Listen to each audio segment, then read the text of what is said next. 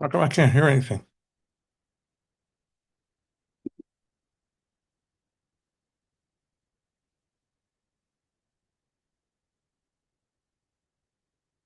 Whoever's just speaking, I can hear you.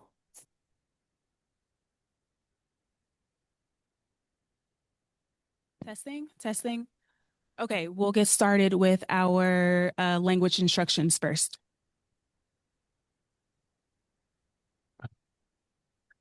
Hola a todo el mundo.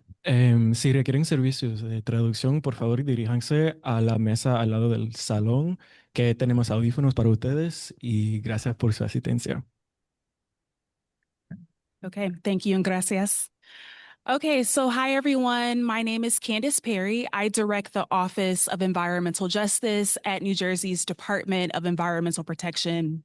I want to thank all of you who are in person and joining us online for joining us tonight. We really appreciate your attendance and your attention to this important topic. So I want to give a special thanks to the Kroc Center, the Salvation Army Kroc Center, for hosting us tonight. Thank you for lending this space to us. So if you have been to one of our meetings before, I just want to say on behalf of all of the DEP staff in the room that we're really looking forward to connecting with you, to learning from you, to hearing from you about your lived experiences and that of your communities. So thank you for being here. But some of you may know of the Office of Environmental Justice through our Environmental Justice Community Engagement Sessions. So we have been on tour the last few years, traveling all across the state to meet with overburdened communities in every county, to hear from them and learn from their lived experiences so that we can incorporate those realities into the work that we do at the DEP in our policymaking, our decision making, as we make and develop programs.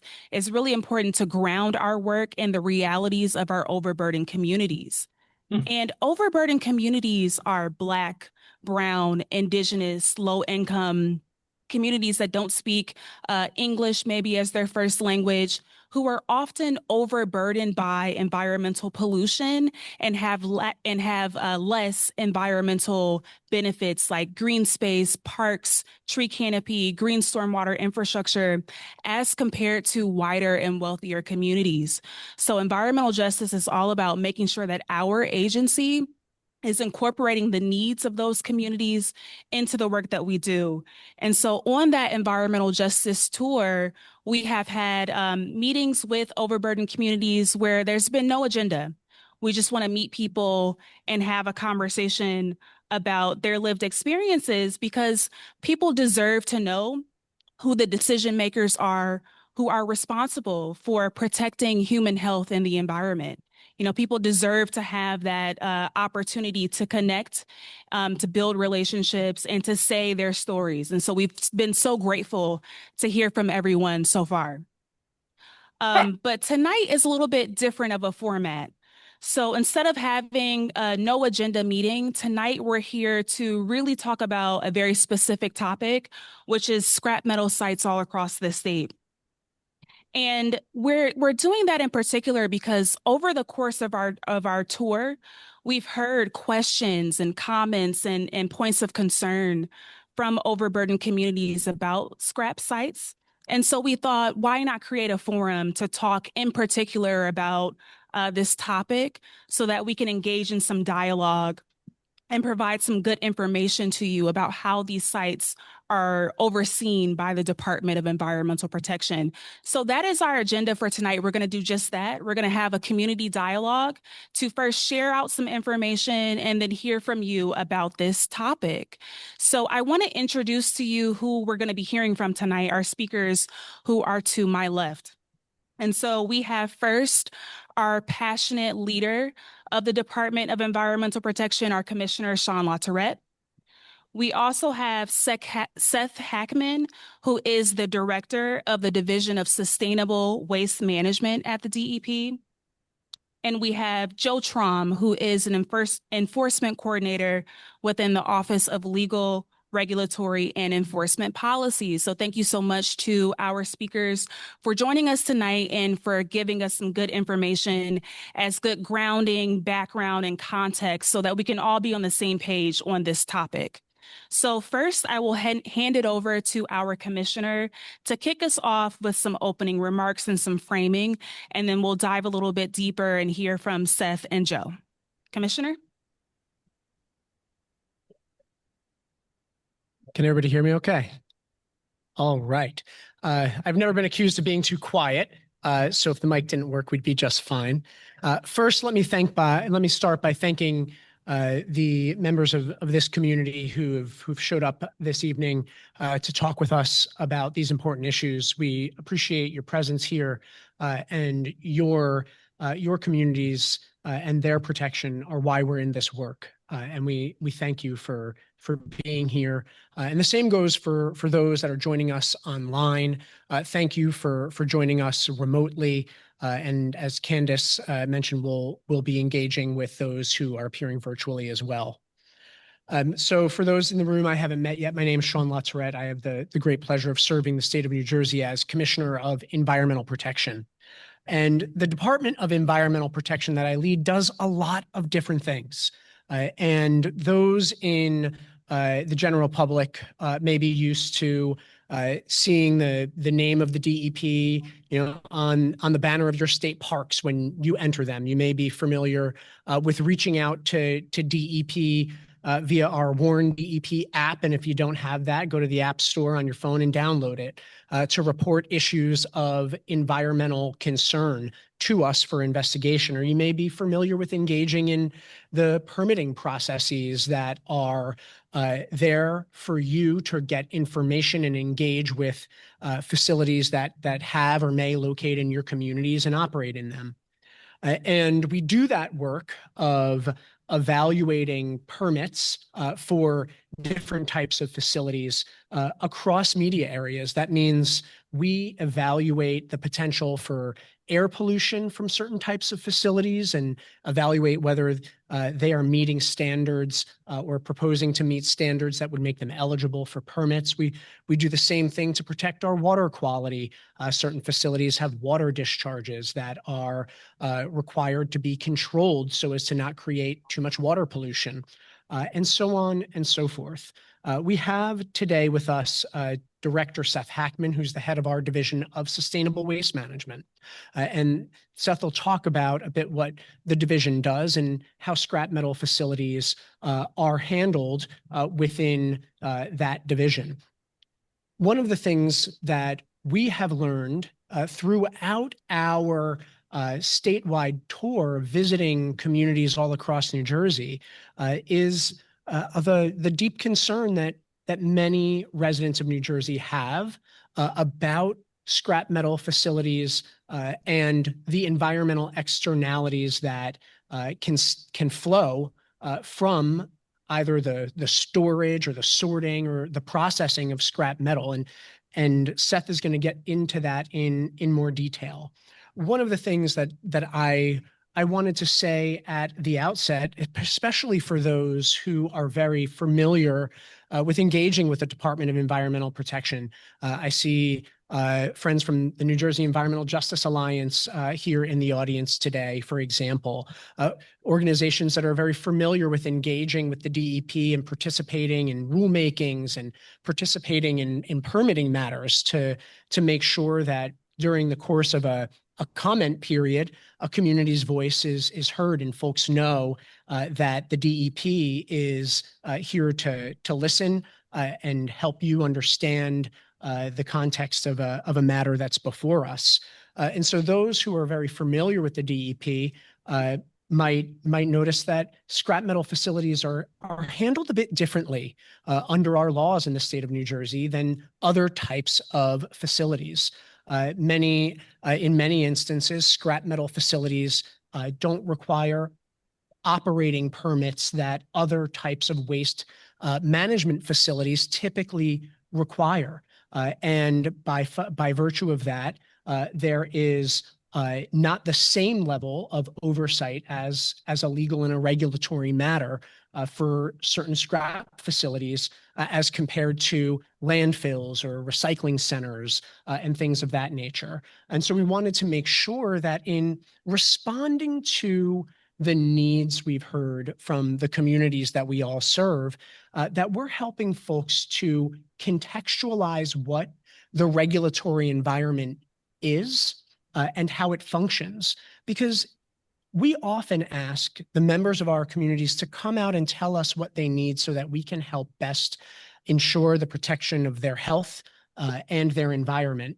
And it's important, if we're asking you to engage with us in processes, that we help you understand what those processes even are and how they work, what the limitations or the extent of our jurisdiction even is. And so that is an important part of this conversation today. And so my colleagues here are going to share more with you about that. And we'll keep our presentations brief because really this is about helping to answer the questions that you may have and helping to best serve you and your communities. So with that, I'm going to turn it over to Director Hackman.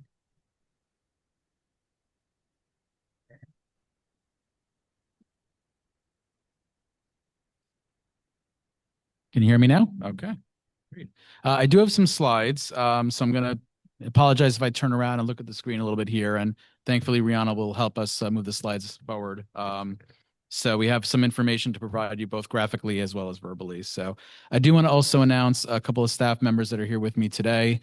Dana Lawson, who's our Chief of the Bureau of Recycling and Hazardous Waste Management, and Kevin Veltri, who works in that bureau as well. These are the best subject matter experts we could find. Dana has over 30 years experience with DEP, 25, 30, okay. And Kevin is relatively new, but again, he's our subject matter expert on recycling facilities. And so we're very happy to have them here. And we're here to answer all your questions, like the commissioner said. So everybody here can help lend some experience for you. As I mentioned, my name is Seth Hackman. I oversee the Division of Sustainable Waste Management in DEP. And part of what we oversee is the Source Separation and Recycling Act that was passed back in 1987. And this act basically oversees and implements recycling facilities. We have Class A, B, C, and D recycling facilities, which go over a lot of different recyclable materials that you're all aware of. Your random curbside recycling, your plastic bottles, aluminum cans. But there are also other types of recycled materials you may not be aware of. Construction and demolition debris is recyclable.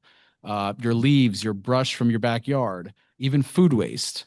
And scrap metal is one of those materials that we promote for recycling. Let me just make sure I have the right slide. So some of the terminology we're going to go over, make sure you guys know what these definitions are and why they're important.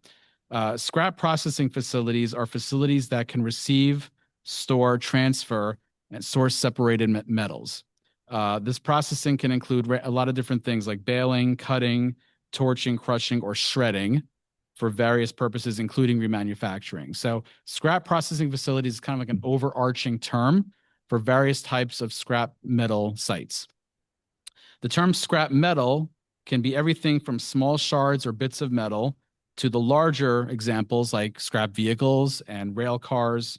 So a lot of the ones you see as you drive on the highway mostly take a lot of the scrap vehicles and so forth. They don't really handle the small metal bits or anything like that. So primarily the scrap metal facilities are the ones that take the vehicles and so forth. Next slide, please. One of the important notes that we're going to talk about today is the definition of a recycling center. And as the commissioner mentioned, scrap metal facilities are exempt from the recycling center rules, as well as primarily the Solid Waste Management Act. And what that means is that our authority over these types of facilities is rather limited. But what we've been trying to do over the last few years is work on extending that authority to the extent possible to make sure that the impacts on the local communities are limited as much as we can do. So an important part to this discussion, again, recycling center. You're probably familiar with these materials that we talked about that are recyclable. But scrap metal is a very important recyclable material, and we'll get into why a little bit in the next few minutes. Back in the late 80s, when the recycling rules were passed, scrap metal facilities, like I said, were exempt as recycling facilities, and we'll get into what that means in the next couple of slides. The definition of recycling center here includes 4 separate classes of recyclables, which constitute the various items that I mentioned a short time ago. So I'm going to get into the types of permits, or what we call facility agreements, that we issue to these recycling facilities. And also a few moments, Joe Trom over here will speak about stormwater controls on scrap facilities, and we'll get into the definition you see here on combined sewer overflow exemptions. Okay, next slide, please. So why do we promote the recycling of scrap? Metal can be recycled continuously, meaning that we can reduce the need for new metals and the unnecessary disposal of used metals, and reduce the amount of virgin metals that we need to get from the earth. In DSWM, in my division, Sustainable Waste Management, our goal is to promote the reduction of waste partially by promoting recycling of materials such as scrap metal. And we know scrap metal facilities have negative impacts on local communities, so we have to reduce the impact of that as well.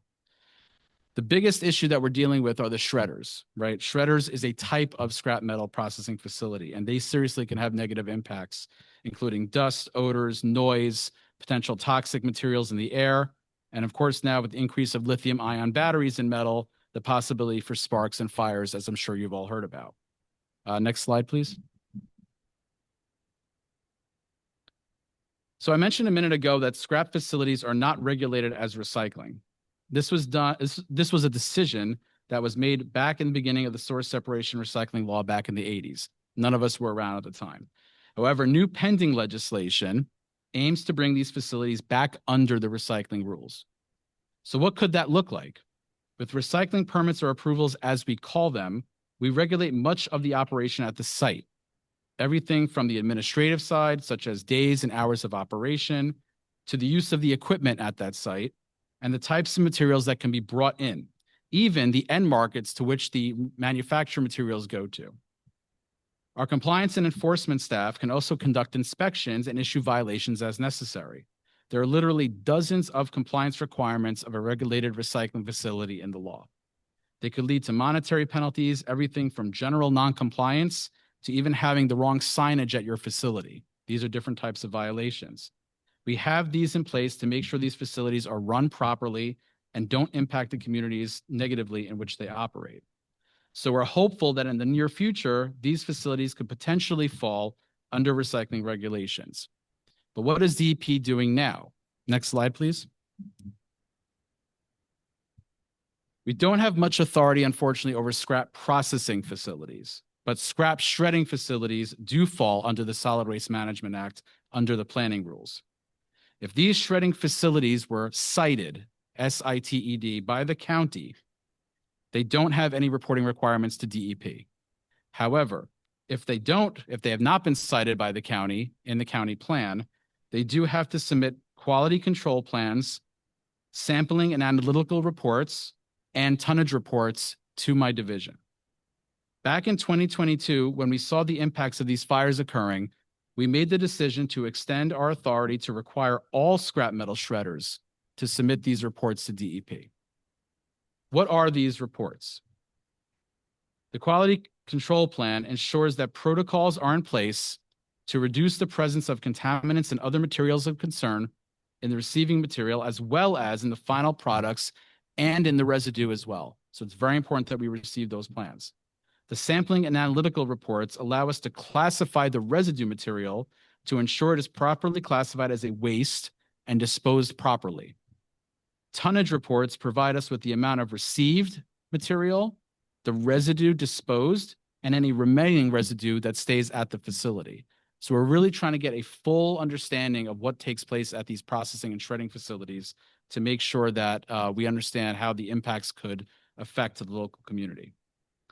The data is crucial in understanding procedures in place at these facilities and how they operate. We can use enforcement actions against facilities when they fail to supply this information. So that's a little bit about what DEP can do right now with the existing authority that we have. Next slide, please. Okay. So what can you do to assist in reducing the impacts from scrap metal facilities? Anytime you see, hear, or smell anything that could be sourced to the facility, call the DEP hotline at 1-877-WARN-DEP or use the WARN DEP app or contact your local officials. Make sure to document what you see and please take photos if possible as well. Get in touch with your county health agencies. Make sure that they're monitoring the air data in the local area, the local region. Partner with other local groups to help get your voices heard. And very important, reach out and get to know your county and municipal recycling and solid waste coordinators. They are here to help you. They are mandated to work under the recycling law, the recycling rules, and we interact with them at DEP all the time. So if you speak to them, they will speak to us and vice versa. So it's very important to make sure you understand who they are and how they can help you. And a list of them up to date, up to October 2025, is on our website at the link, hyperlink you see up there. Okay. Now I'm going to pass it off to Joe to talk about stormwater requirements for scrap facilities. Thank you. Hello, my name is Joe Traum. As we said earlier, I'm with the Legal Regulatory Enforcement Policy Office. I'm actually going to start with some issues related to air permitting before I dig into the stormwater issues. Rahana, could we advance to the slide towards the end that has the EJ map scrap metal facilities? Yes, this one. So on DEP's website, we have our EJ map tool, which is a primary public interface for exploring data related to the environmental justice law. This can show data related to overburdened communities throughout the state, the types of stressors that these communities are facing, but also the types of facilities that are present in these communities. The EJ law applies to a specific set of facility types, one of which being scrap metal facilities. So this map here shows an estimate of the scrap metal facilities throughout the state.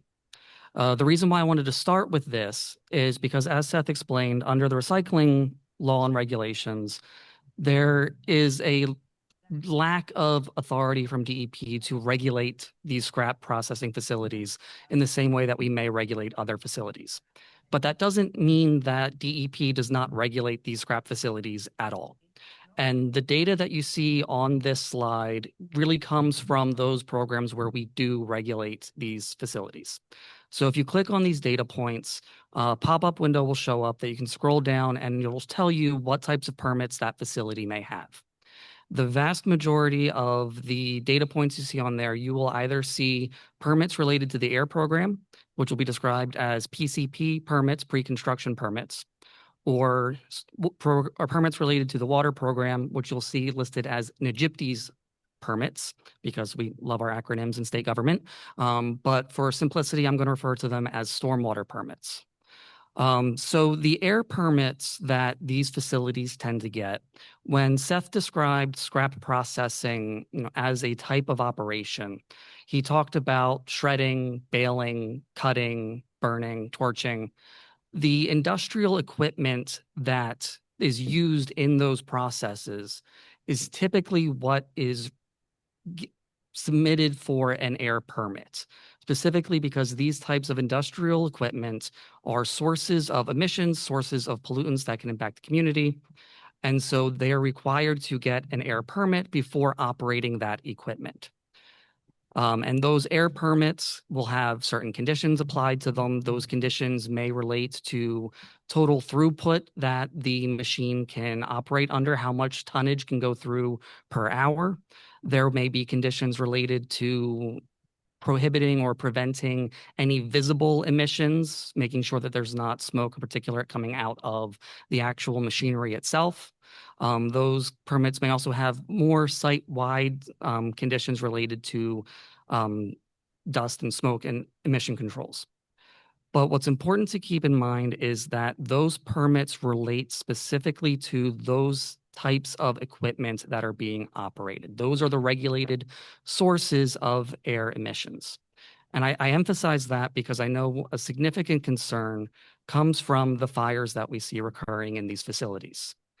And the challenge from the air regulatory scheme in that context is that the scrap metal material itself that is burning when these fires take place is not a regulated source under the air program. It's not one of those types of industrial equipment. It's not a shredder, it's not a baler, it's not a furnace. So the only hook in the air program that relates to issues like those fires deals with the offsite impacts of the actual smoke being emitted. Specifically, there is a requirement to timely report emissions of air pollutants that have a likelihood of impacting public health in the area or have a likelihood of resulting in public complaints. But that is specifically a requirement to notify the department. It's not an operational control that can really get at the source of the fires itself. So again, the air permitting regime that these facilities operate under is very specific to the types of equipment that they are operating. Switching over to stormwater, because these are recycling facilities, industrial facilities, they require industrial stormwater permits. Specifically, we regulate these facilities because there's a concern that when it rains, the stormwater runoff can carry heavy metals, pollutants, toxins from this material into nearby waterways. And so these NJDEP permits, these stormwater permits, they are focused on reducing and eliminating sources of stormwater, not runoff, but the pollutants that could be exposed to stormwater.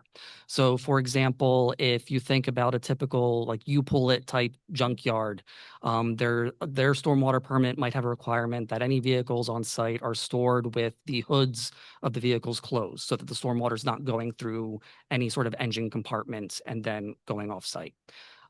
If there's storage of materials that may contain fluids or oils, those may be required to be stored enclosed or separated from any potential stormwater exposure.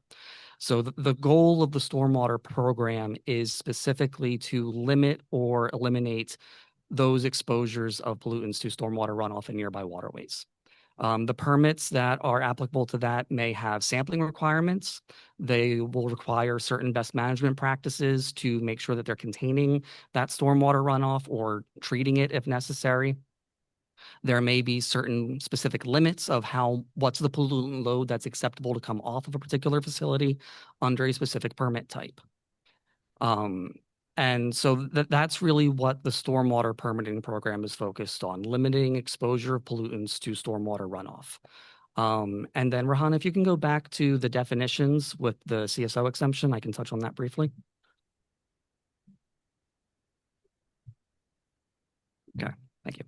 So this is an exemption under our stormwater rules that takes into account some of our older, more industrialized communities that historically have been served by combined sewer overflow systems.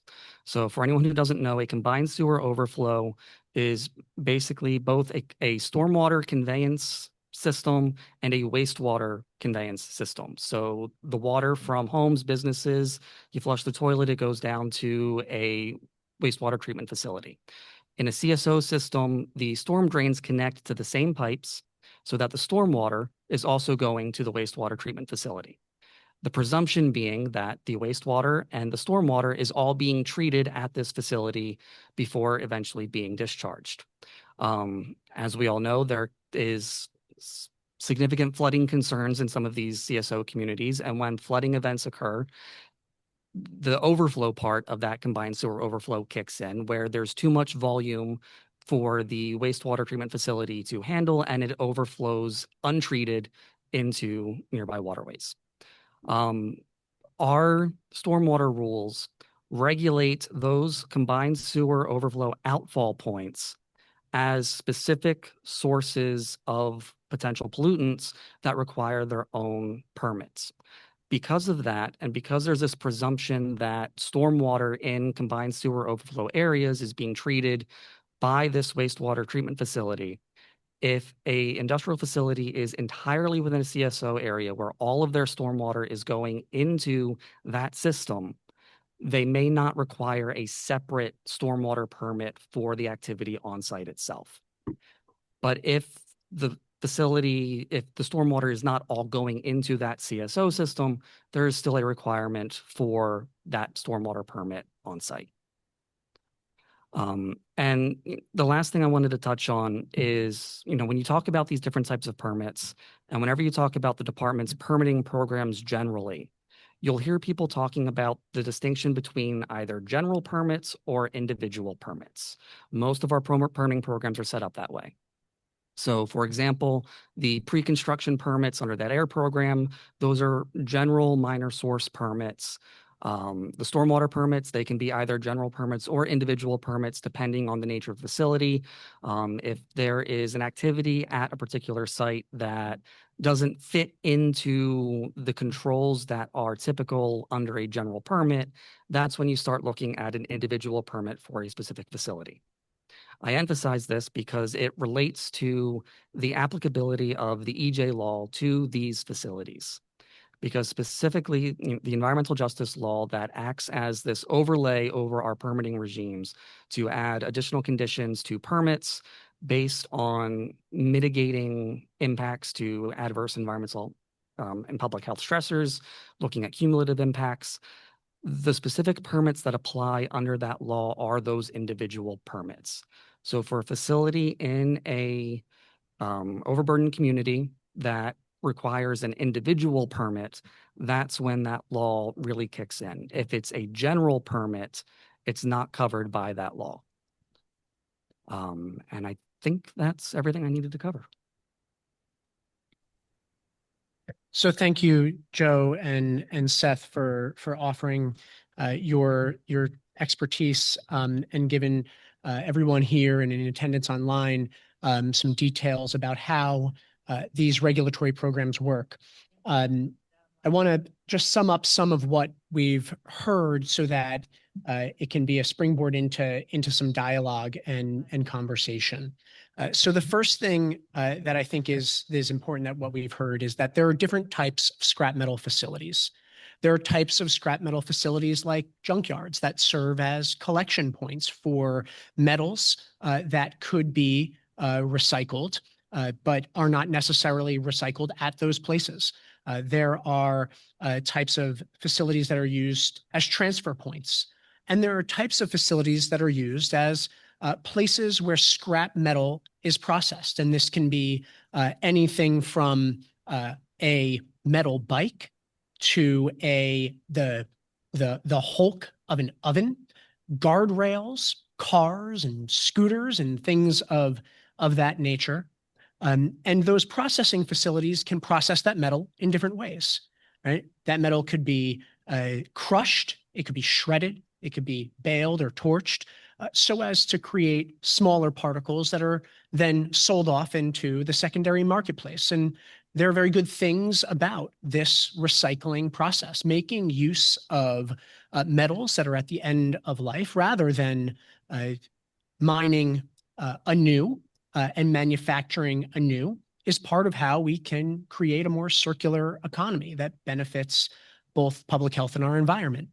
But at the same time, everything we do has an environmental externality that we need to manage, right? And so how those facilities function, right, how they are operated and maintained can result in environmental externalities. And we've seen that occur. And we've heard from the communities that we serve about issues related to air quality and noise and fire risk and water runoff and the other potential disruptions to quality of life in their communities from the operation of such facilities.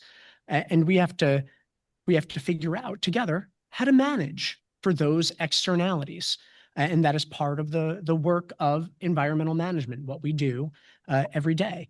The other thing that you heard is that there are different types of permits that could be required and that the DEP is responsible for evaluating the issuance of. That where a processing facility is using a piece of equipment that emits pollutants or could emit pollutants into the air, that piece of equipment needs to be evaluated and its use and operation permitted by the DEP shredders.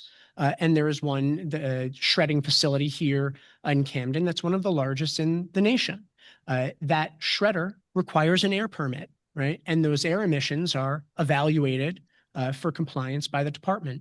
But these permits that are issued, they don't pertain to facility operations wholesale, meaning there is no single type of permit that is required by a scrap metal facility that governs the whole of that facility's operations, but rather different types of permits for different types of things that don't always provide the avenue for oversight that community members are seeking.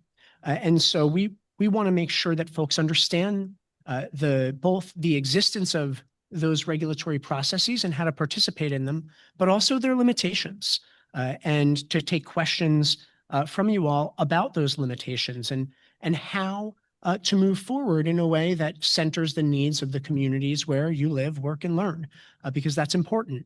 And that's not work that the DEP does alone. It's work that we do with elected leaders throughout the state, including those here in this community and well beyond. So we're eager to have that conversation with all of you here and online, take questions that you may have, and talk through some solutions. We can't tell you that we'll have the right answer to all of your questions or the specific answer that you're seeking. But as is our practice when we are visiting a community, we don't have an answer for you today. We will get one, and we will circle back with you. It is our obligation in the spirit of our work to be as responsive and help answer any question that you may have. And if it's not today in this room, you will get one.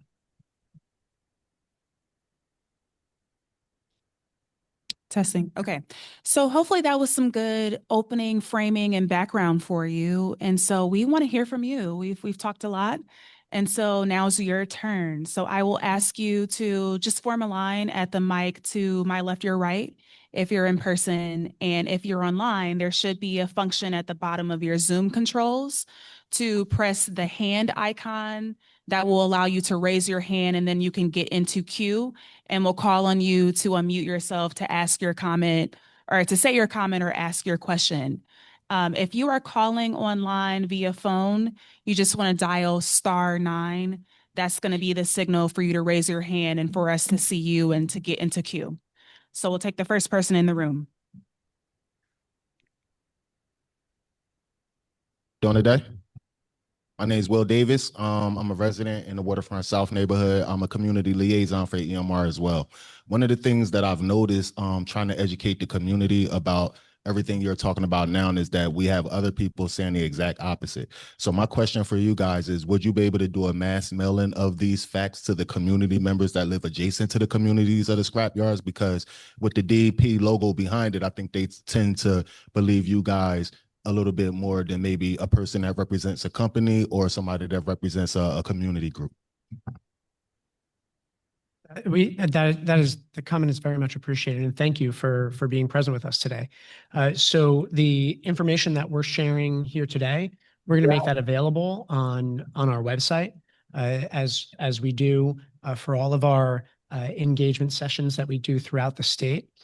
So the materials that we're sharing here today, this very conversation is going to be recorded and posted, and invite you to certainly share that with folks that have questions that may come to you with questions, right. And you can point them as a source to help get their questions answered to the information that will be shared.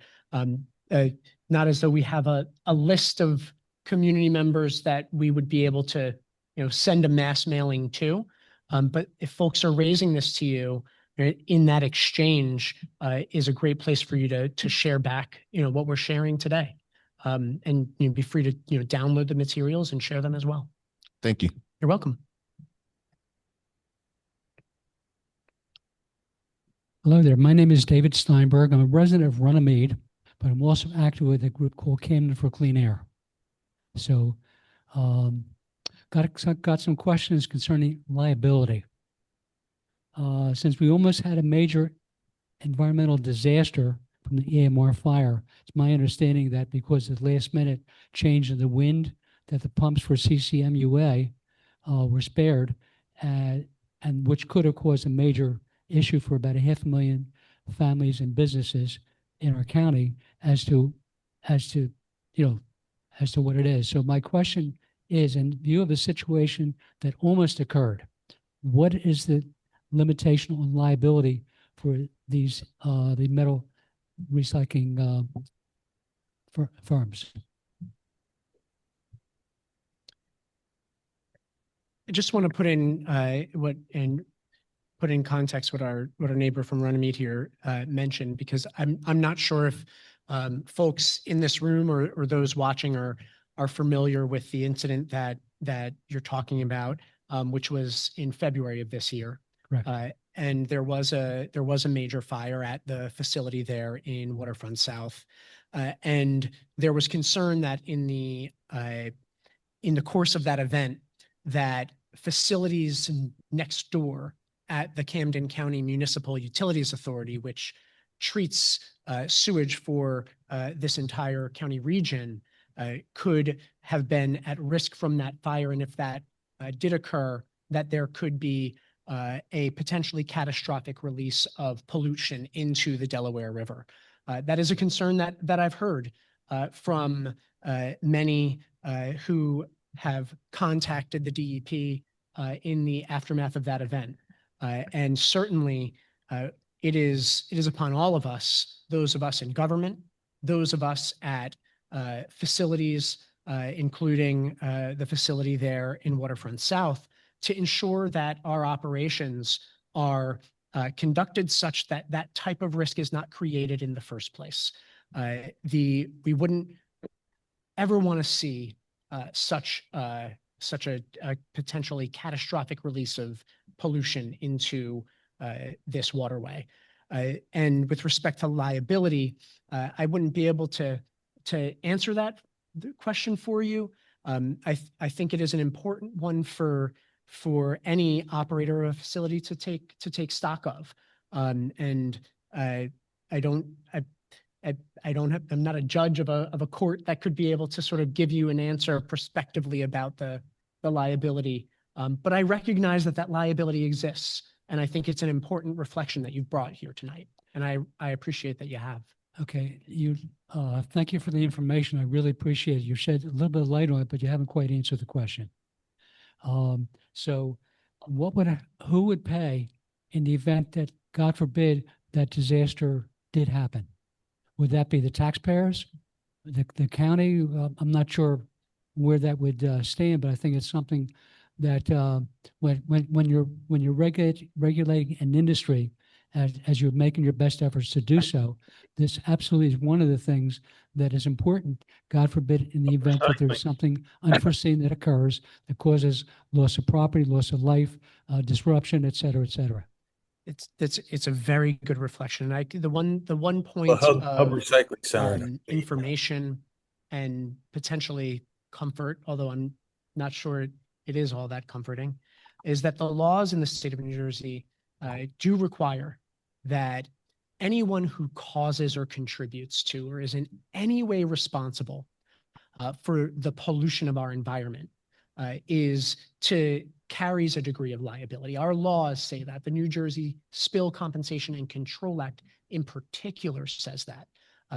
But we should never find our place in such a situation, I think is my reflection and my commitment. Okay, in that case, what would happen if, let's say, EMR, let's say it's not an EMR, let's say it's another company, and they can't face the liability and they go bankrupt? That is another really important question and reflection. And it happens not infrequently, where there are obligations that are owed for environmental liabilities, and the companies or individuals that owe those liabilities don't have the financial wherewithal to answer for them.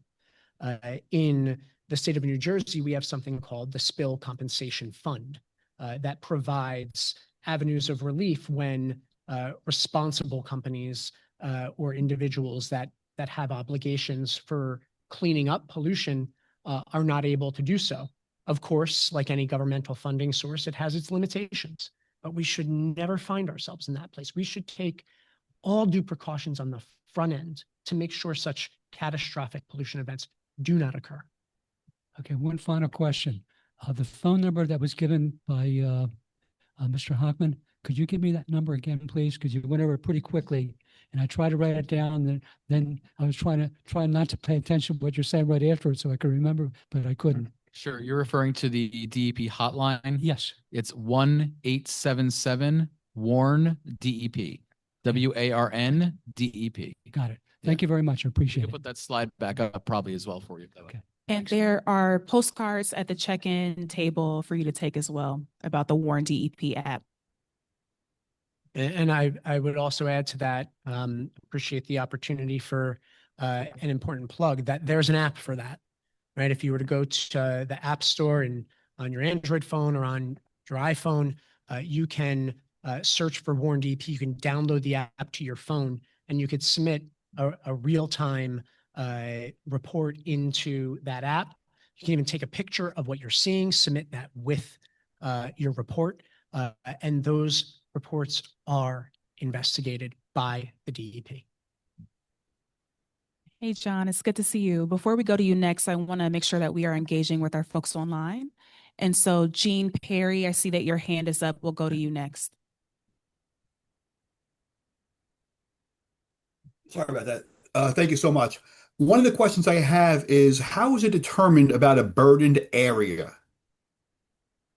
What makes it the definition of that? Besides low income, are there certain stipulations on that? Yeah, so Jean is referring to our definition of an overburdened community, and we have a slide for that. Okay, so the slide that you're seeing online, Jean, has the definition of overburdened community. There's 3 criteria for it based on minority status, income status, and whether a community is limited English proficient. You need not meet all 3 of those criteria to be defined as an overburdened community. Just one of them will suffice. Okay. And so this definition is defined in the environmental justice law, and it's just purely based on demographics. There is a way in the environmental justice mapping tool, our EJ map that was referenced, where you're able to see which of those overburdened communities defined at the demographic level are experiencing disproportionate levels of pollution based on 26 environmental stressors or environmental indicators that we have. And so if you were to play around on that EJ map tool and search for an overburdened community in particular, you would be able to see those different stressors to see how much pollution that community is facing.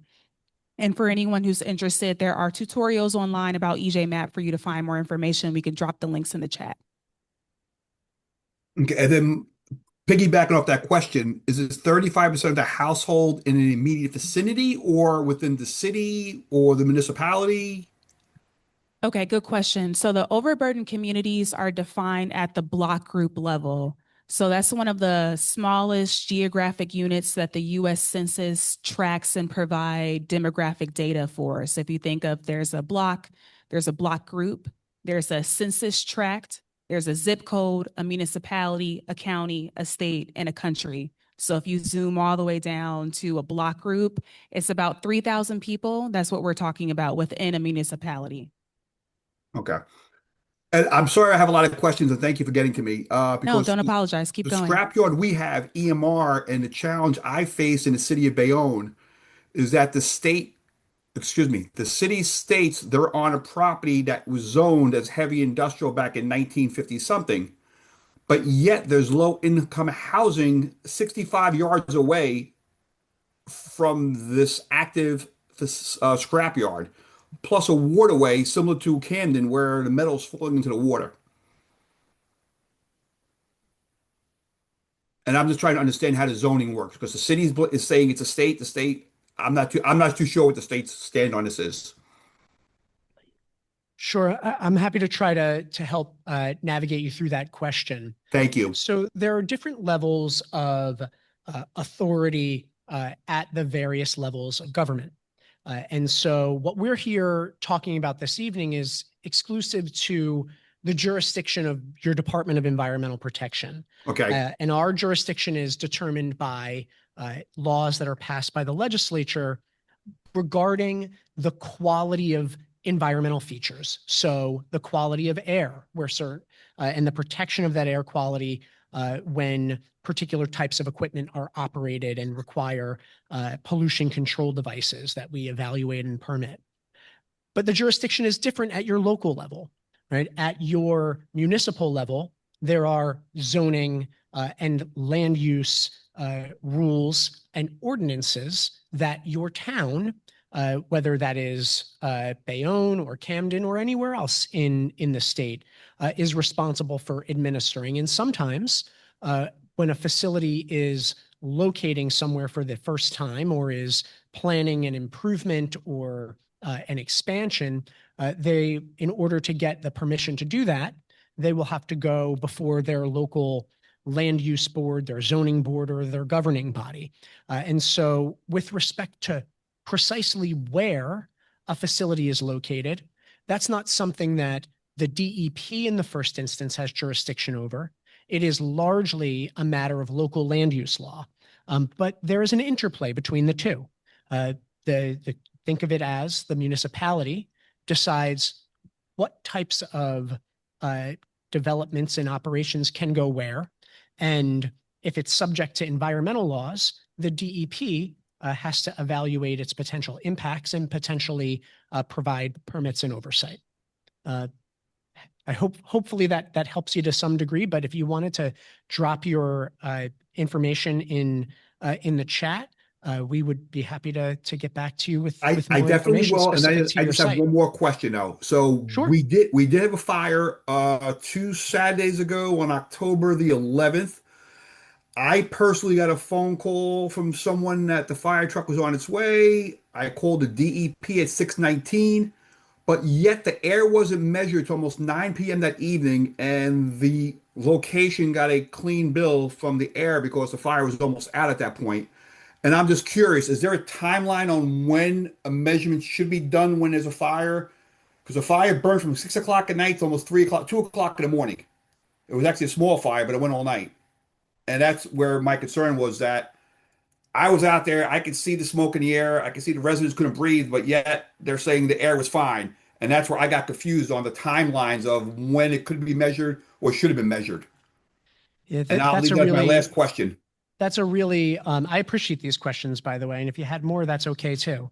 It's a really important question. I think one that other folks have as well, with respect to the operations of scrap metal facilities and others. It's not the case that these facilities have continuous air emission monitoring associated with them. There are some types of facilities that do have continuous air emissions monitoring. What you're observing is the type of air emission monitoring that can occur in the aftermath of an incident and a fire. That's essentially reacting to the incident. Yes. And in some instances, there are air monitors that are deployed, and in other instances not, often dependent upon the nature and extent of that fire and how far or not the impacts of that fire as a matter of air direction and dispersal of the particulates are traveling. It's not the case that there is a requirement that air be monitored in a certain amount of time after a fire, because it's not required for every fire in the first place. Right. Understand. Thank you. You're welcome. And I put my information with the questions are at my phone. I didn't put my phone number, my address, and my email for more info. Thank you. Thanks, Jean. Thank you. Okay, we'll go to John. Okay. Thanks for the opportunity to ask questions about this issue, and apologies if I have too many. Don't apologize. That's what we're here for. That's right. So if this legislation does go through and recycling scrap metal facilities are classified as a recycling facility, what class would they fit under, or would they have a new class made for them? So one thing that I want to be clear about is there's so much that we don't know about the legislation that is proposed, whether it may change, what that legislation would require the DEP to do. So it would be guesswork for us to get into, you know, the thick of that. What I would suggest, if I know the legislation that you're referencing, because there are multiple pieces of legislation that have been proposed by members of the legislature on this topic. One of them, one of the sponsors of that of some of those pieces of legislation is Assemblyman Bill Moen. I know for a fact that the Assemblyman is very engaged on the issue and would be more than happy to engage with members of the community about that legislation. Our work at the DEP is in implementing the laws that are passed. It's the work of the legislature to decide what it wants to do or not. And it's not that I'm not trying to answer your question. It's that I don't know. And I want to be respectful toward members of the legislature who are trying to address this issue. And I'm not trying to not answer your question. I don't think there is an answer to your question in this moment. Okay. We'll certainly follow up with the legislature on that. Perhaps many of my questions will have the same answer. Let's hear your questions if there's a point of dialogue that we can respond to, because it's Sure. in our realm. Yeah. Okay. So I noticed that recycling centers have approvals versus solid waste facilities have permits. Can you describe what the difference is between those? And I'm going to probably ask Dana and Kevin to comment on this as well. But my understanding is that they're basically the same. They're just called something different. Permits for solid waste are a little bit more prescriptive in terms of health requirements. So they have an environmental health impact statement that are required to be submitted, and recycling facilities don't necessarily have that. So there is a little bit more on the solid waste facility permit side in terms of like an overall impact health statement that may occur in the community. But for the most part, there are so many regulations that deal with the recycling center approvals. And as I mentioned earlier, there are dozens of compliance measures that we have. So I would say that they're pretty similar. I don't know if Dana or Kevin, do you want to say anything with that?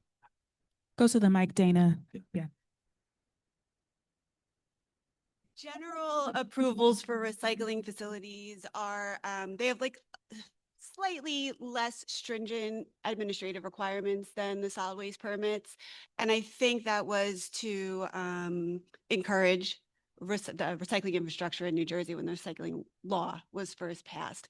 So for instance, solid waste permits require public notices and issuing drafts of the permits, and the recycling facility approvals. We use officially they're general approvals, but we use general approvals and permits interchangeably. So a couple of less stringent administrative requirements on the approvals for recycling centers, but very similar in scope and context to the solid waste permits. Yeah, one thing that might help folks who are who may not be as deeply into the details between these types of things. Solid waste facility, a recycling facility, the ordinary person might think, well, it's all the same, right? It's all how we deal with waste and garbage, right? And potentially our reuse of that waste. A solid waste facility is by and large a type of facility that is managing waste that will decompose, right? And and a solid waste facility can be a transfer station, meaning a place where when your garbage is collected, it goes there temporarily before it goes off to a landfill or an incinerator or some other destination. Whereas another type of solid waste facility might be a landfill itself. And there would be reasons why you'd have greater degrees of scrutiny right? When you're having a waste that's decomposing in place, like in a landfill, for example, right, which could be above an aquifer. Whereas if you are, when we're talking about recycling facilities, these are places where things only stay temporarily, right? They're processed, they're sorted, and they're shipped off to a marketplace. And so there are different regulatory treatments based on the nature of potential risks to public health, safety, and the environment. And so different words can be used like permit or approval, but ultimately it's a type of authorization issued by the government that must be complied with that pertains to your operations. Okay. Next question is about rulemaking. If again this legislation goes forward with reclassifying them as recycling centers, do we anticipate that a rulemaking process would occur, or would the legislation have to mandate that specifically? It's typical that in the environmental governance space that a piece of legislation doesn't address every single thing that needs to be done in implementation. And I'm hard pressed to think of an environmental law that doesn't also have a set of regulations that are made through a rulemaking process. So I would think any legislation, it may have some things that a piece of legislation on this issue could have some things that affirmatively are done from within that legislation, that legislative language itself. And then there may be some things that further rulemaking is needed for. I'd venture that it would be both, because that's often the case. Okay. And yeah, we mentioned several different types. Yeah. Just to add to that, I think in this instance, because unless the legislation is so prescriptive where it says you shall regulate a scrap metal facility as follows, I think we would have to go through a rulemaking process to determine the appropriate level of class for a recycling facility and the appropriate level of regulatory structure for that facility, right? So, we may not necessarily include only recycling facility regulations, but maybe touch on solid waste if we feel that scrap metal warrants that. So I think we would have to, go into a rulemaking process as well. Go ahead, Dana. Just add that sometimes there are elements of a statute or a bill that's passed into law that would kick in immediately, and then other elements that would have to undergo the rulemaking, we'd have to undertake a rulemaking effort. So we would conduct stakeholdering and write the rules based on that. Just want to add the caveat that we're sort of answering that question from the experience of how we see these things happen in reaction to most legislation.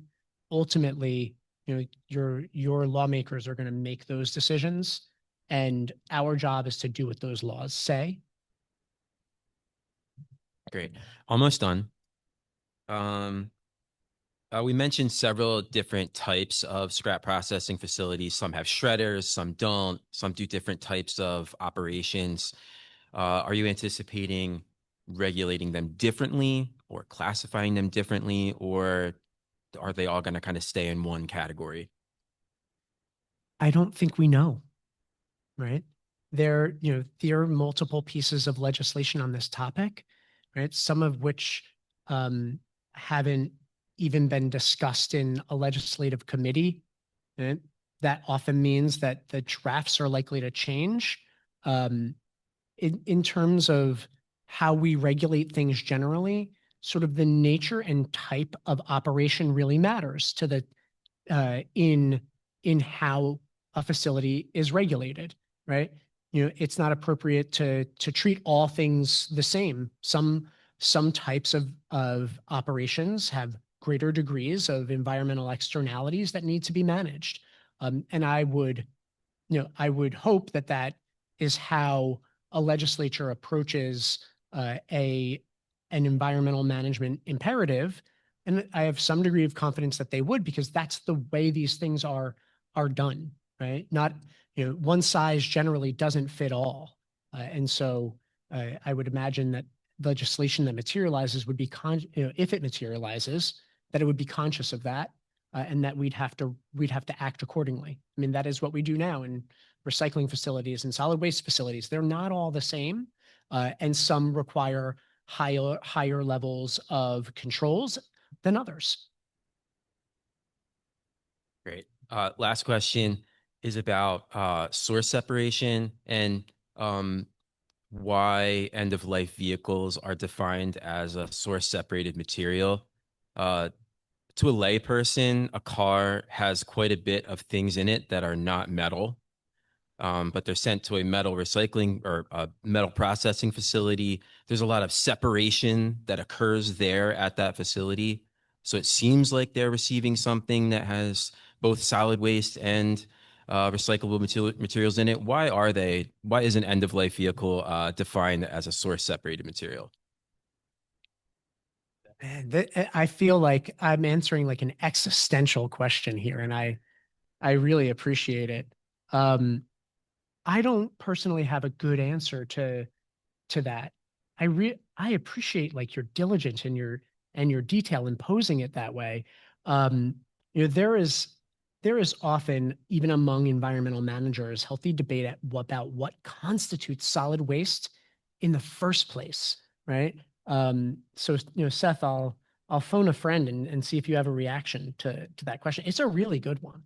Yeah, and my understanding is most of these scrap processing facilities do separate the material out first so that they're able to determine what is, processable as a metal, what is not. They have a hazardous material area, right? So there's anything in there, like the battery probably can't be treated as if it's metal or anything like that. So all these things are separated and they're treated differently in terms of how they're disposed or how they're remanufactured. So the reason why the scrap processing facilities accept end-of-life vehicles, I can't give you an exact answer why, but I do know that they treat them in a different mechanism as they come in, so that everything is separated, so it's not treated under one, regulatory oversight, if that helps. Dana, anything to add on that or? Okay. Yeah, and Okay. just to add on that's one important element too, is that hazardous materials are separated from scrap metal in these sites. And we make sure of that. That's part of these sampling and analytical reports that come in. We ensure that there's no hazardous material when we do a waste classification. All right, so that's something you can at least hang your hat on, that hopefully you're not dealing with hazardous waste at any of these facilities that you're going to have, or if you are, they're handled and disposed of properly. Yeah. The other thing that I'd add to that, and it's not a point of personal experience. I've never operated a metal shredder, or crushed a car. But what you want to keep in mind, I think, when we're thinking about these issues, how the facilities that are managing and recycling or selling into the secondary market these materials, what their financial imperative and what their business model is. It doesn't serve them to shred a car in 60 seconds if what comes out is a mix of foam and plastic and whatever other materials are components. It only serves them if that is majority metal, overwhelmingly majority metal that is coming out the end, right? And so there is an imperative on the front end to remove any non-metal component before it is going through those facilities, because, well, they want to resell the metal, not the vinyl seat cover.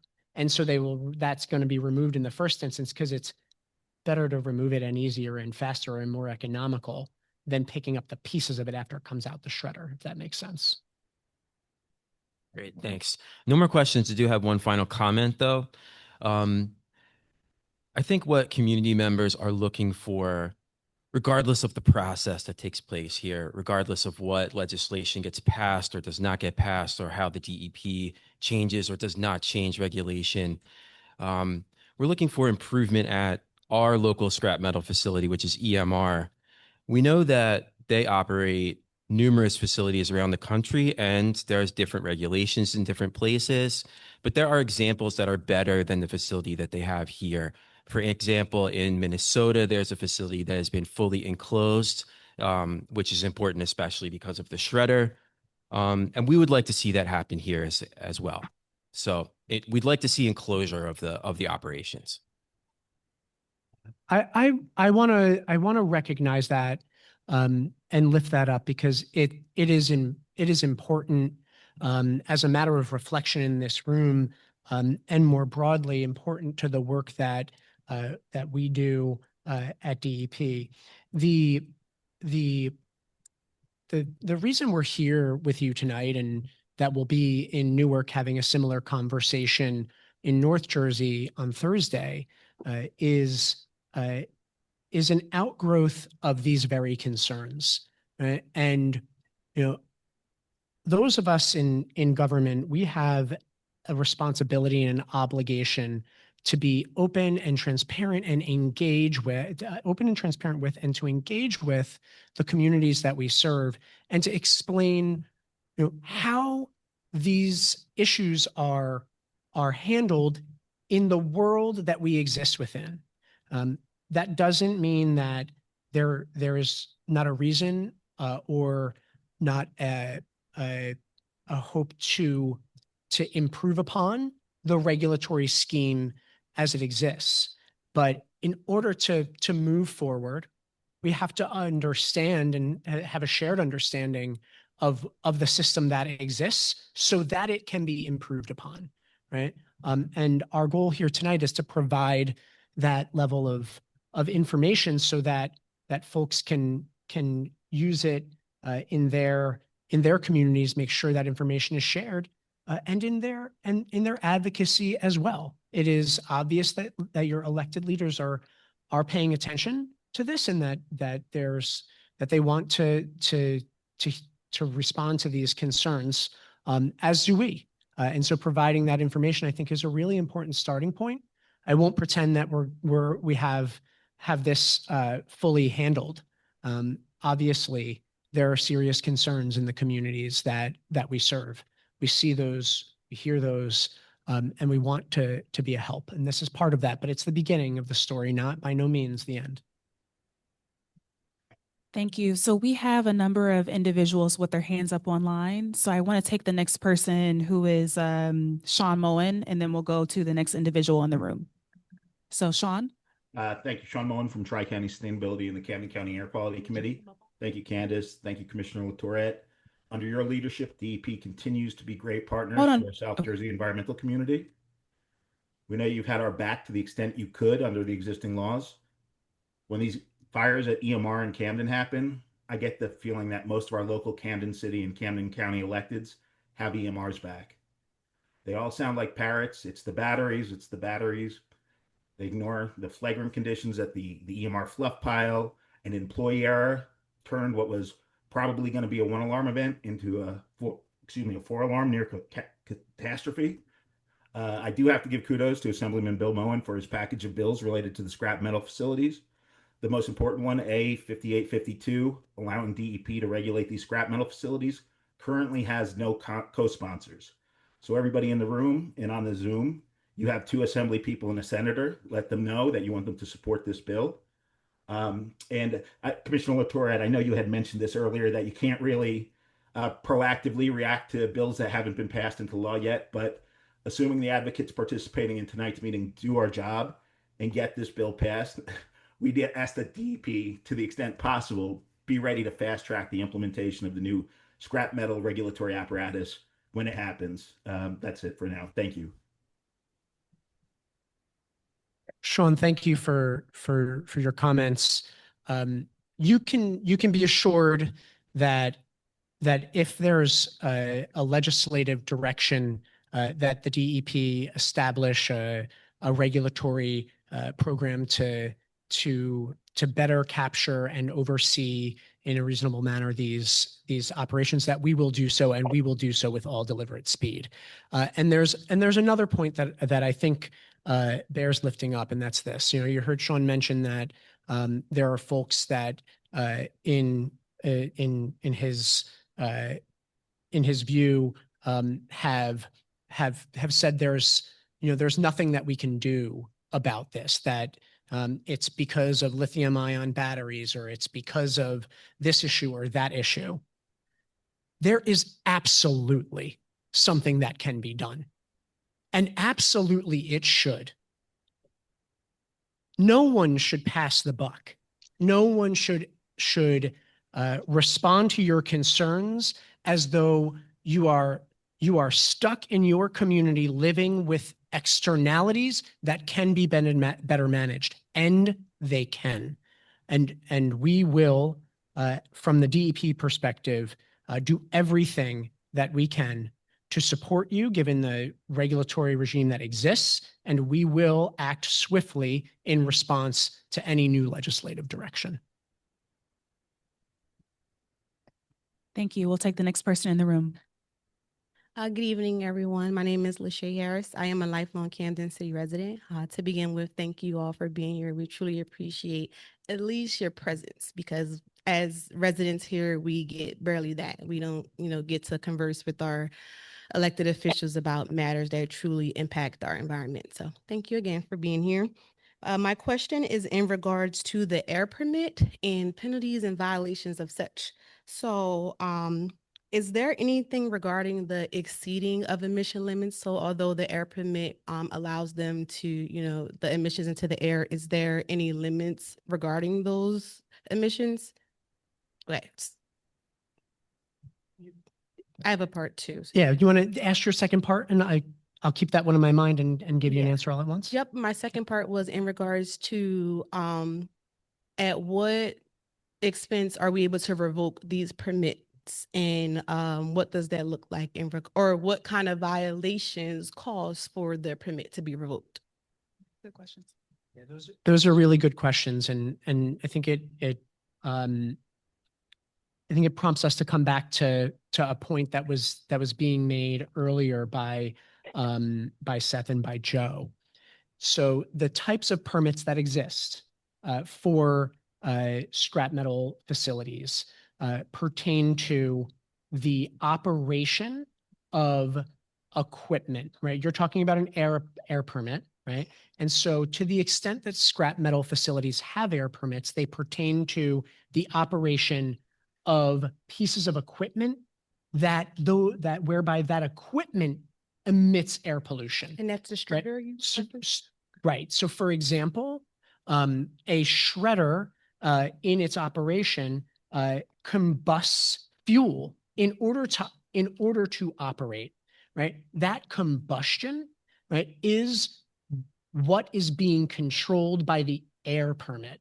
It is not the case that the operation of the entire facility and dust and particulates that may be turned up by the sorting of material is what is subject to those types of permits. And part of what we wanted to be very clear about this evening is that very point. And so how then does that function in response to your question? If there is a violation of the permit because of the operation of that equipment, right? If that equipment is a shredder and it is not tuned correctly and it's emitting more pollution because of that, well, then it would be subject to violations and enforcement. But it's very narrow is what I'm trying to explain. What is covered, the type of environmental externality that is covered by that permit is very narrow. It doesn't cover, for example, the fire itself, right? And I think that might be sometimes a misperception that we experience. Well, there was a fire and that's a violation of a permit. Well, no, a fire is an accident, right? And what we're tangling with now, right, is the somewhat routine nature of fires at these types of facilities, right? It's now becoming more regular. And so we need to adjust for that. We need to be conscious of that reality, react to it as a management principle. The permits that exist for these types of facilities don't do that. Thank you for that. It's a really, really good question. Thank you so much. Did you about revocation of the permit? Yeah, so you had asked about revocation of a permit. If a regulated entity is non-compliant, right, and they're pursued for that non-compliance, they get issued notices of violation by the department. There are inspections. We try to get them on a path to be compliant. If they're not, yes, their permits can be revoked, right? If they don't get into compliance. But I think one of the issues that we're seeing from an air quality perspective is that there's not a required point of compliance site-wide to begin with. That's what some of the pending legislation is trying to solve for. Does that help? I want to go to a commenter we have online, and then we'll go to you, the next person in the room. So Frank Santos, you have your hand up. Feel free to go ahead. Hello. Can you hear me? Yes. Cool. First, thank you for your time. I wish I could be there. It's just really interesting that the DEP came to Camden to host a scrap metal facility info session, but barely mentioned EMR, which also caught fire this past Friday. So I wanted to see if any of you have anything to say specifically about EMR and their pattern of fires. And also, if you could give the DEP a rating between 1 to 10 on how they've done with regards to actually protecting the environment for Camden residents from the toxic air quality caused by EMR.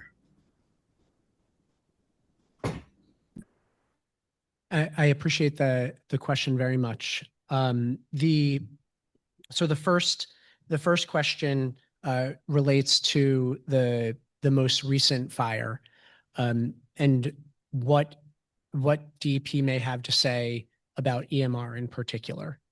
One of the things that you can count on is that where the DEP has regulatory authority, we will act in furtherance of that regulatory authority.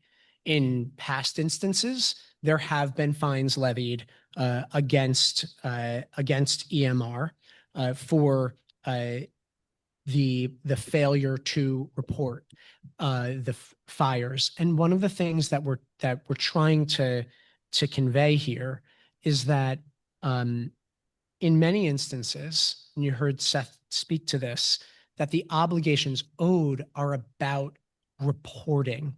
And to the extent that the community and the legislature sees this as an issue that must be handled differently, we are ready, willing, and able to implement whatever that direction is.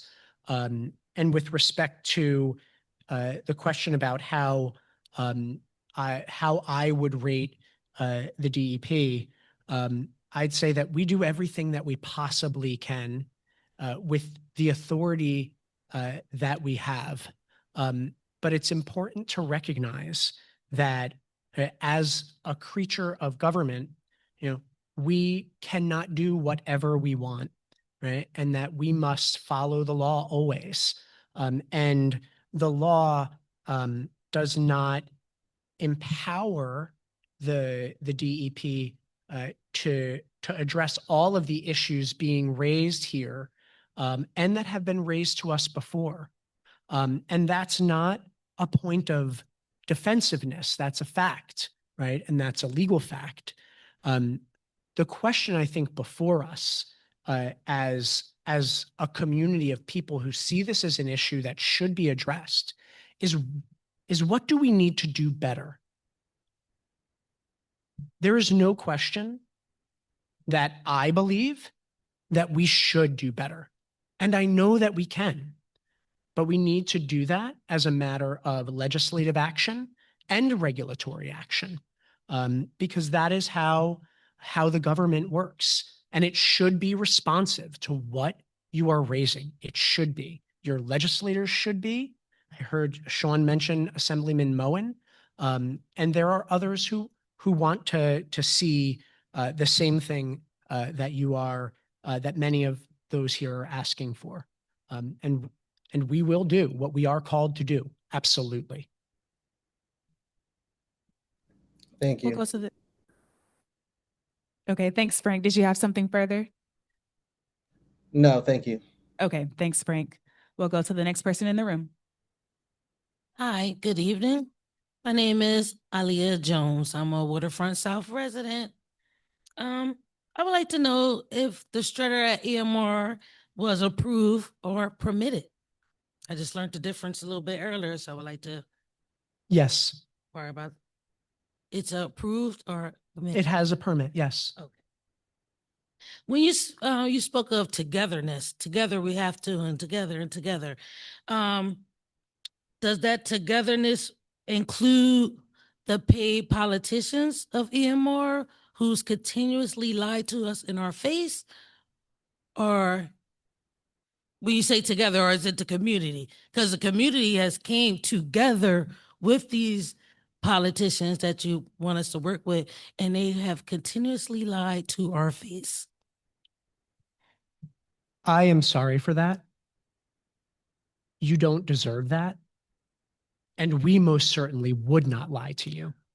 And we are here to support you with information and to act in the interest of the public health and the protection of your safety and your environment always. And however we can show up for you, we will.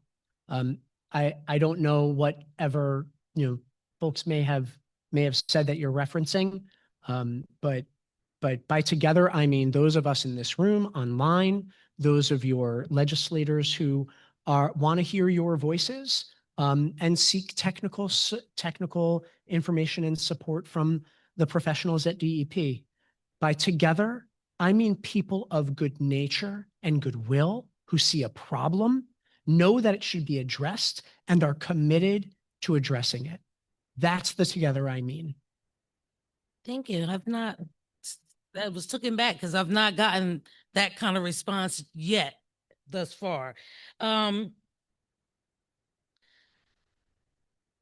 You said regulatory things that you can have control of, or you can assist or answer. Let's take regulatory and let's take it to humanity, because we're all humans first. Yeah. Do you live near a polluted area? Do you live near these refineries and reshredders? You personally, as a human, you guys, do you live in an area that is constantly polluting your neighborhood?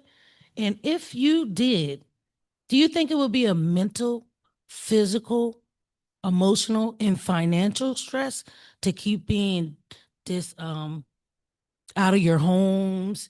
It's hard to go to work when you're going from a hotel disheveled and worrisome about your house being filled with smoke and things like that. So I just wanted to know, do you guys, without giving explicit information, live next to a facility like EMR, and do you think it would take a toll on the things that we're not talking about, like mental health, financial health, stress, and things like that? No, I do not personally live in a community like Waterfront South that is overburdened by multiple highly polluting facilities that disrupt the quality of the lives of the people in that community.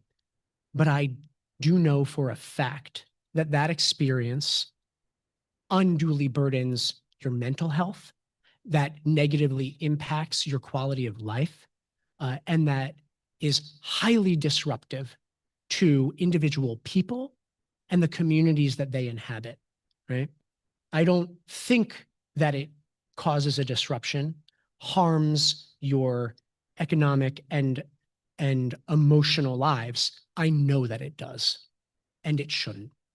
I could confirm that, and thank you for at least acknowledging that. We're speaking about air quality. Give me 1 second.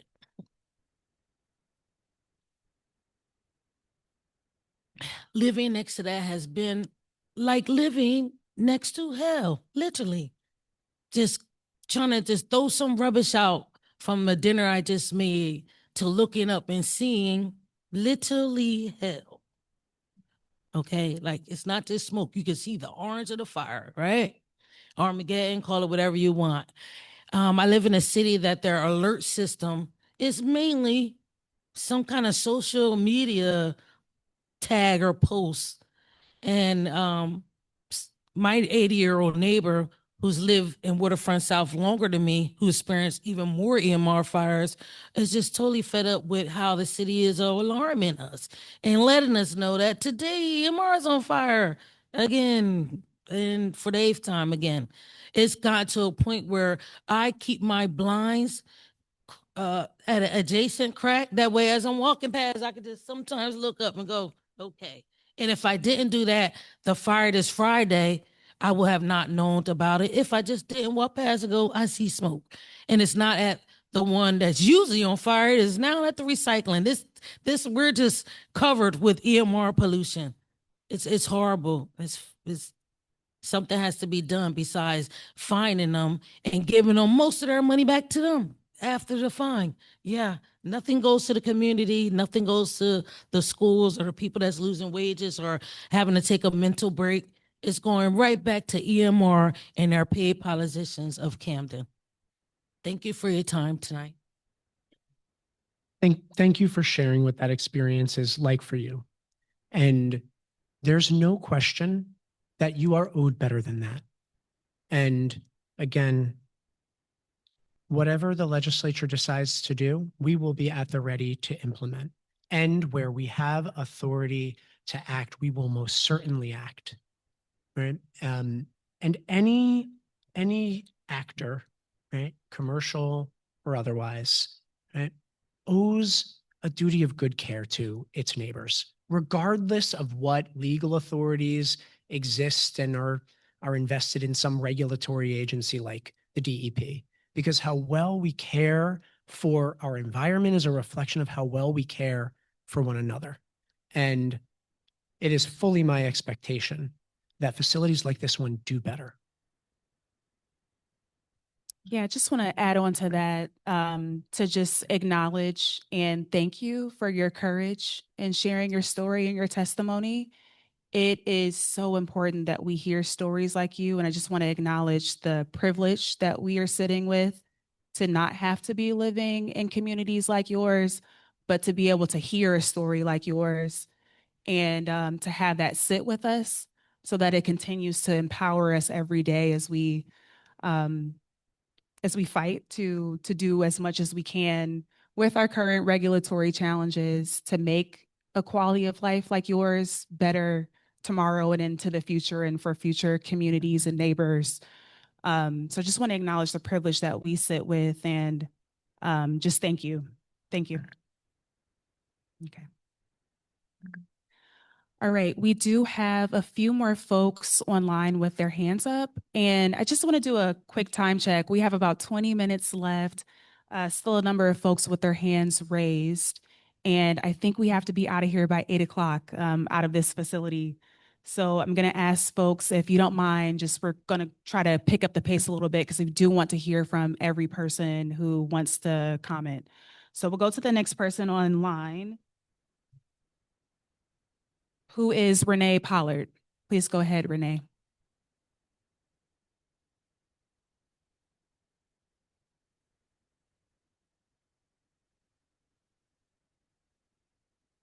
Renee, if you're attempting to speak, you might still be on mute.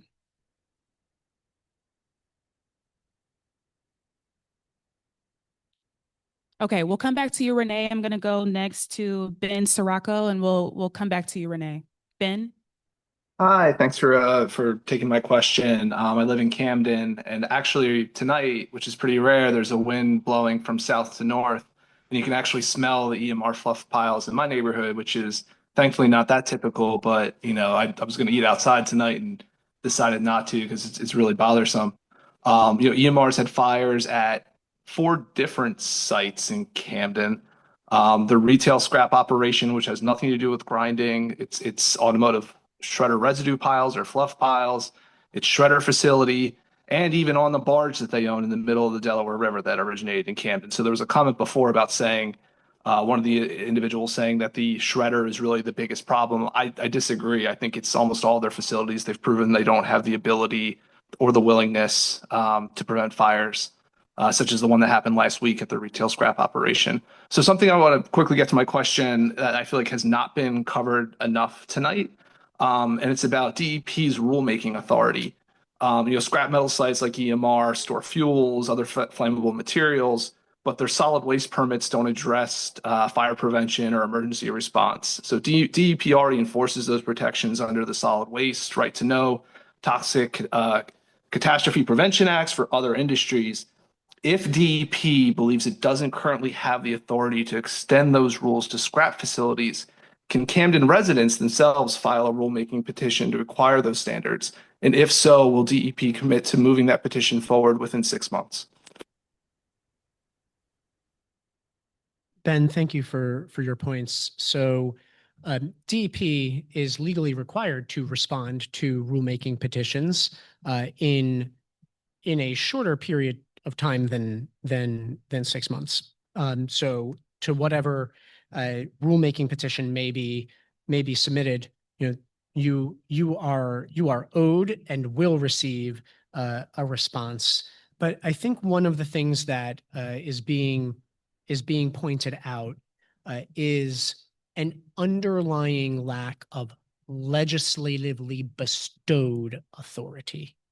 And so where that is the case, the DEP can't rulemake because there's not an underlying legislative authority to begin with. And look, the government shouldn't be able to do whatever it wants to do, right? There is a democratic process, small d democratic process at work in environmental governance, as there is in any policy space in this state and in this country.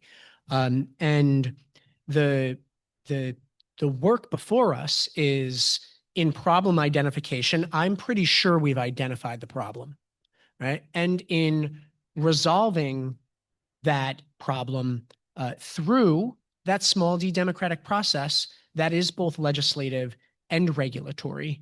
And I wouldn't prejudge any rulemaking petition that gets submitted to the DEP, but there is only rulemaking when there is legislative authority to begin with, right? The agency doesn't, and it shouldn't, right, just do whatever it wants. The government should never just do whatever it wants, right? We in the executive branch, we must execute the laws as they are as they are directing us.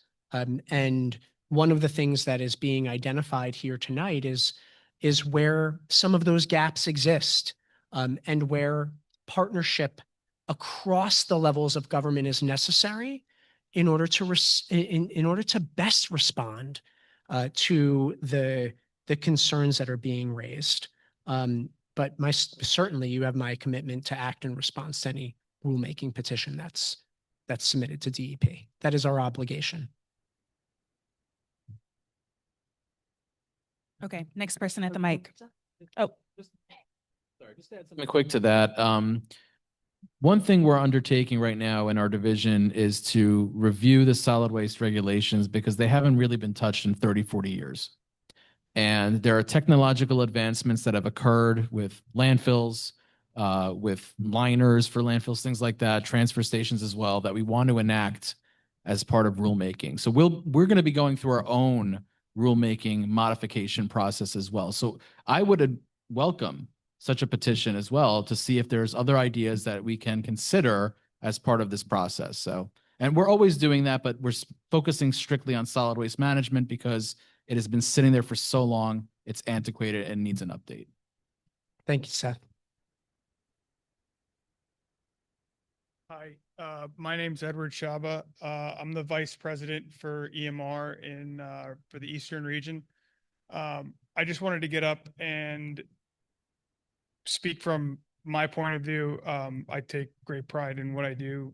And one of the things that we've experienced as a growing challenge over the past, I would say 3 years, has been the rise in lithium ion battery into our stream. 3 years ago, we weren't seeing nearly the amount of embedded batteries in the objects which we receive at our facilities. So the instances that were mentioned previously, like fire on a barge, fire at a retail facility, the retail facility receives material from the public. Fire on a barge is other material that had embedded batteries. So all of these instances where people are mentioning fires, 99% of the time is due to an embedded battery. And you can tell by the signature of the fire. We've installed thermal cameras, so we've begun to understand the signatures of when these fires take off and the thermal runaway, when it occurs and how it occurs, and the heat signature it throws off. So fires are not something that we want at all in our facilities. I'm personally at the facilities at putting out the fire in machines with the fire department, trying to minimize any impact as fast as humanly possible. We're evolving with this rapid increase and learning things as an industry. I know we've worked, there's been some cross industry and DEP work where we've been talking with your folks, and we want to minimize fires. We want to have no fires at all in an ideal world. Unfortunately, the amount of lithium ion batteries that we all as a consumer dispose of on a regular basis is staggering. I've got pictures. I probably have 5,000 pictures on my phone of every time we pull one out of the facility. I have 360 people that work for me. They send me a text message with what they found, and we share it throughout the company. And if you saw the different objects nowadays where batteries are being embedded, you would scratch your head and say, I would never think that there was a battery in there. So if you go on YouTube, type in lithium ion battery fire, take a look at it, take a look at people's apartments catching fire. Unfortunately, we're the bottom of the funnel with this whole, it's primarily something that has a lithium ion battery, has other metals in it, whether it's insulated copper wire or steel or aluminum. So we're the bottom of that funnel. We're where that material comes, and that's why you're seeing these fires in our facilities. We're doing everything we possibly can to try to detect them in the beginning to prevent an impact of a battery and thermal runaway. There's been some legislation that was passed in New York City about UL ratings for batteries. Unfortunately, it's a toothless. It can't really be enforced because it's Amazon. You can buy anything, and you can never tell if all the batteries that are in New York City are UL rated. But long story short, we don't want fires. We're trying to evolve and trying to detect and trying to put fire suppression and work with local fire departments to come up with emergency action plans to minimize any impact. We try to, we notify whether it's 1 o'clock in the morning, 1:30 in the morning, whatever it is. I pick up the phone and call the DEP hotline, make sure that the call's in, because we want the monitoring of the air. We want to make sure people are safe. We're not looking to put anybody in harm's way. So I just want to speak from my own personal perspective. I completely understand when you see fires like that, my heart drops to the floor, and I know I'm going to be there until it's out. And we're trying to do everything we can, and we'll continue to do more. Thank you for being here and for hearing what members of this community and that are present and those online are saying. And I think it's really critical that folks in the regulated community bear witness to the lived experience of people in the communities that host those regulated entities. I'm not someone as a person or as an executive of the DEP that thinks that there are villains, that there is some necessarily ill-intended actor that wants to see bad things happen. And I don't think, and I don't believe anyone at DEP thinks that of EMR. The question instead is we have a circumstance that is before us that, yes, is related to the propagation of lithium ion batteries, and it necessarily demands a soup to nuts reevaluation of standard operating procedures at facilities like yours. Soup to nuts, right? So as to identify as many pinch points of root cause as is possible, right? And that's not specific to EMR. It's for any facility that is operating in this changed world. You could say the same thing of routine solid waste management at the municipal level, right? Where regular garbage trucks collecting household waste catch on fire in the street because people throw away materials that they presume belong in the garbage, but that are lithium ion battery containing, right? So this is a public education issue. It's an operational issue. It's a change management issue. And it's a change management issue as much for EMR as it is for the government and multiple other sectors. You're not alone in that, but we all have to act in response to it. And I appreciate you doing whatever you can. Thanks. Thank you. Michael Racino. Apologies if I pronounced your last name incorrectly. You're up next. No, that's you said it very goodly. Oh, great then. Yes. Go ahead, Michael. I'm Mike Racigno. I live here in Bayonne, and member and founder with my wife of the Bayonne Nature Club. Now, EMR had a facility at Port Jersey. So, and I want to thank DEP for having this seminar because it's very interesting and everyone can learn so much. They had a facility at Port Jersey, which was just crushing refrigerators. Port Elizabeth. Port Elizabeth or Port Jersey, either one of them. It was right next to the Sims plant. And they had the scrap, but it was a special grade of scrap that had the yellow styrofoam in refrigerators and big metal, I guess meat lockers and stuff. And they'd crush them and they'd pile them about, 10 stories high over there. Wind would just blow, the yellow styrofoam covered Newark Bay and also the west side of Bayonne.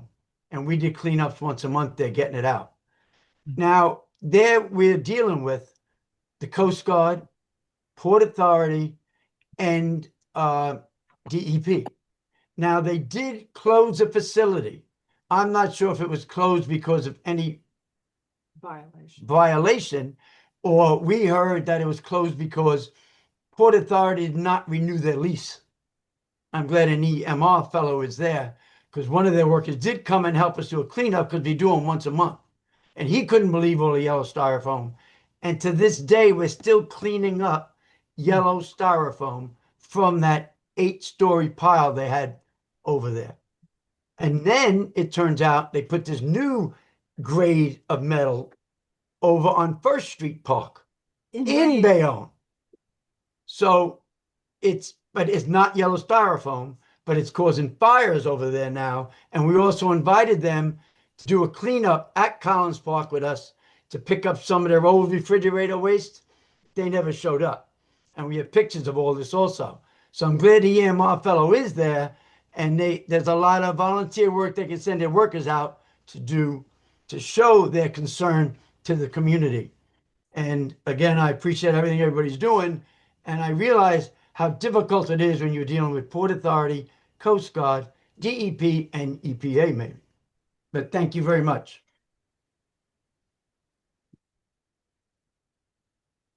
Thank you for sharing that reflection.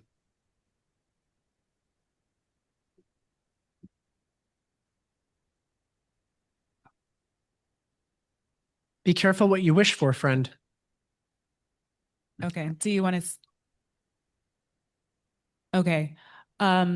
the vice president at the EMR facility is saying that he has cards in the room if people want them, and we'll leave a card, and the Office of Environmental Justice could send it out to whoever is interested.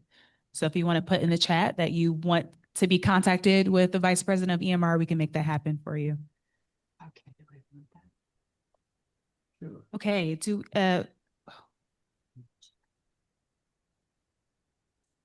one moment.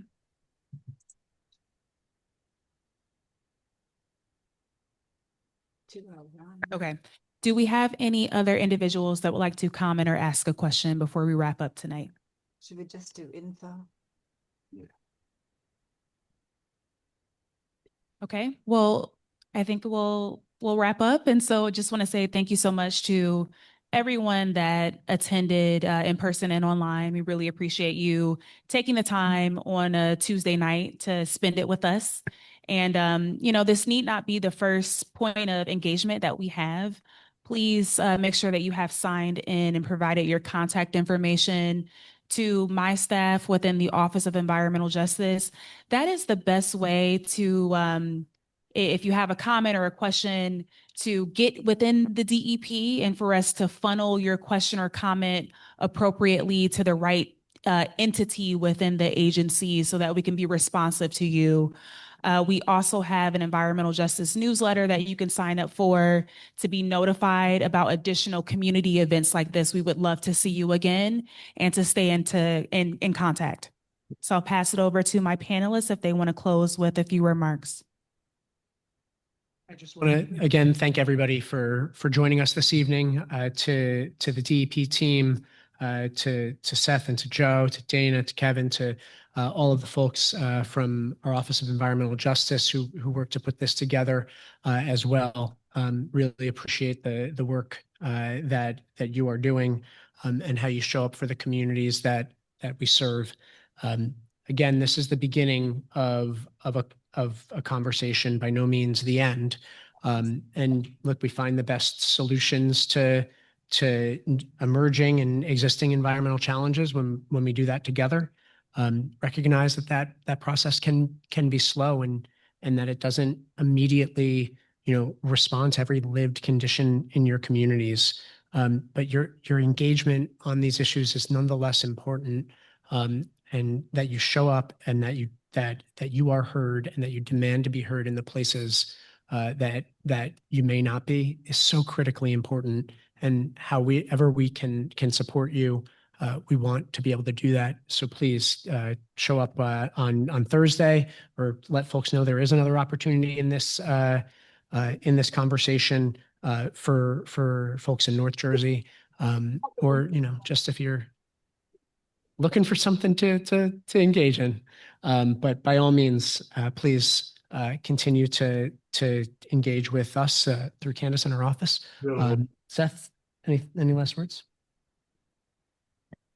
Pretty right what the commissioner said. The Division of Sustainable Waste Management is ready to implement new legislation as it comes available and to go beyond that and to work with our existing authority to the extent practical to make sure that we can serve you as the residents of this community by working with compliance advisories and other available options that we have to make sure that these facilities are doing the best they can to meet compliance as it exists now, to submit their control plans to us, make sure they're reviewed properly, and that we work with our compliance and enforcement team to make sure we're doing the best we can for you. So thank you. And